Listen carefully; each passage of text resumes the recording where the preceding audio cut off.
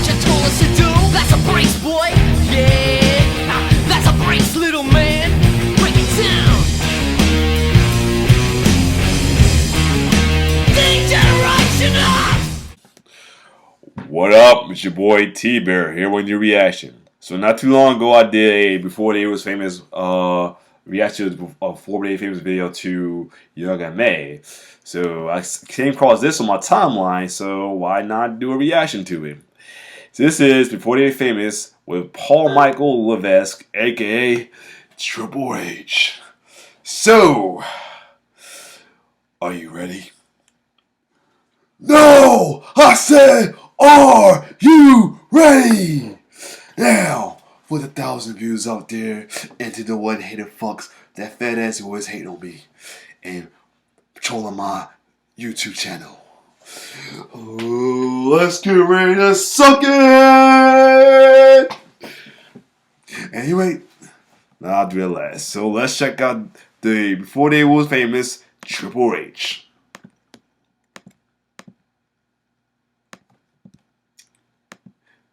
Wow, that right picture though. Oh my God!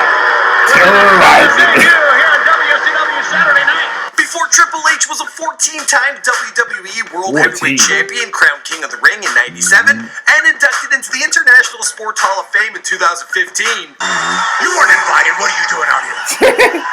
This is the kind of reception I get from you after all these years. Before he pummeled The Rock, Stone Cold Steve Austin, Ric Flair, The Undertaker, and even the boss Vince McMahon, then pulled the ultimate finishing move and married his daughter Stephanie McMahon. When we're in too deep, and you and I, we got history. Before expanding his net worth to an estimated $25 million with a successful career outside the ring, landing roles in TV and film. Take my arm.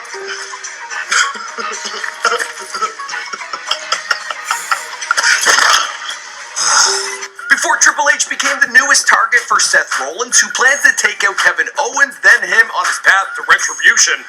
I want Triple H. Triple H started packing on the beef when he was just 14 years young, and even though he made it into pro wrestling early on, it's taken years of perseverance for him to become a star. Constantly underestimated and cast as obnoxious, posh characters, H was not the most popular guy amongst his colleagues, and it would take a mistake that almost ended his career to turn it all around. What's going on, guys? My name's Michael McCrudden, documenting the life and career of Triple H prior to fame, here for you on Before They're Famous. We've done videos on other wrestling titans like The Undertaker and Brock Lesnar. Be sure to check those out. Let me know who's next in the comments down below. CM Punk, we did him too.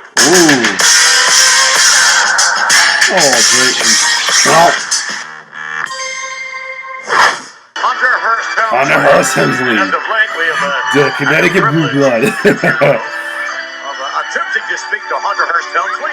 Paul Michael Levesque was born on July 27th, 1969 in Nashua, New Hampshire.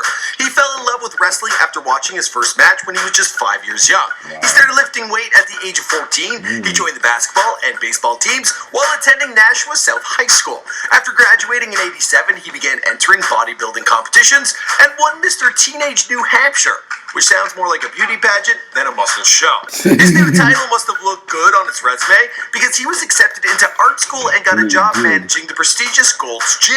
While working there, he got a chance to meet the world's top powerlifter, Ted Arcidi, who was working with the WWE at the time. Paul hounded him to hook him up with his trainer, the legendary Killer Kowalski, and after turning him down a bunch of times, Ted finally buckled. Paul met Kowalski and enrolled at a school in Massachusetts, along with future pros Perry Saturn and his lady China. I can only imagine the training those two did after hours. Woo!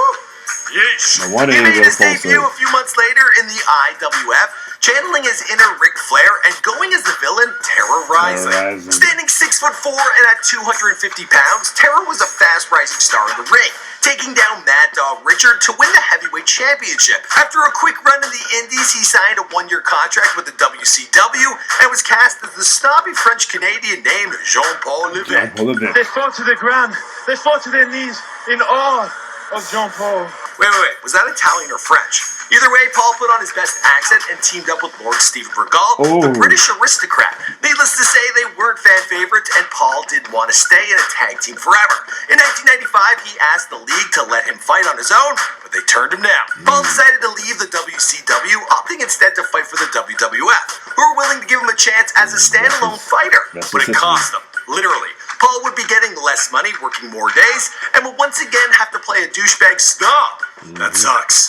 Now, I don't know why he kept falling into these roles. They must have seen the art school on his resume, but he made his debut as Connecticut Blue Blood in 1995, complete with tailcoat suits and videos on etiquette. Despite tons of promotion for the new wrestler, his career didn't quite take off as he'd hoped. He tried to get more attention by coming out with a different sexy valet each week, including a few playmates and Sable. But a lot of other wrestlers thought Triple H was obnoxious and self-centered. Plus, it didn't help his rep when he befriended The Clique, an influential group of wrestlers behind the scenes of the WWF. Then came the infamous Madison Square Garden curtain call, where Levesque and his partner broke character by hugging their rivals after the fight.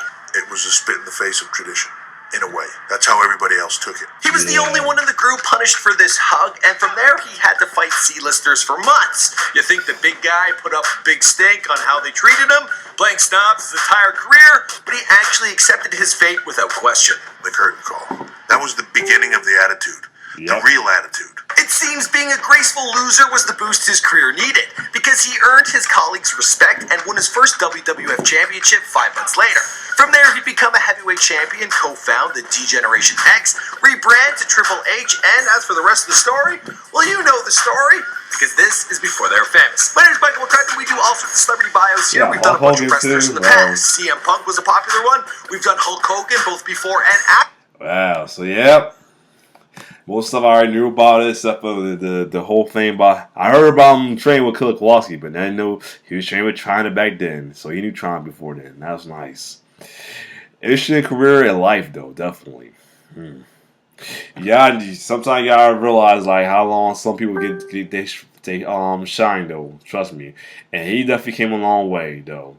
Good from being a tag team, from going down to right back up, and now he's like the King Dingaling at King Dingaling, me say like that. The Kingpin at WWE though. And it seems like everybody think that, and probably wouldn't help the fact that he got with the boss's daughter too though. So anyway, if you like my reaction, like, share, subscribe to my YouTube channel, like my Facebook page, subscribe to my YouTube channel. And if you're not down with that, I got 2 words for you. Suck it! It's your boy T-Bird signing off. One love.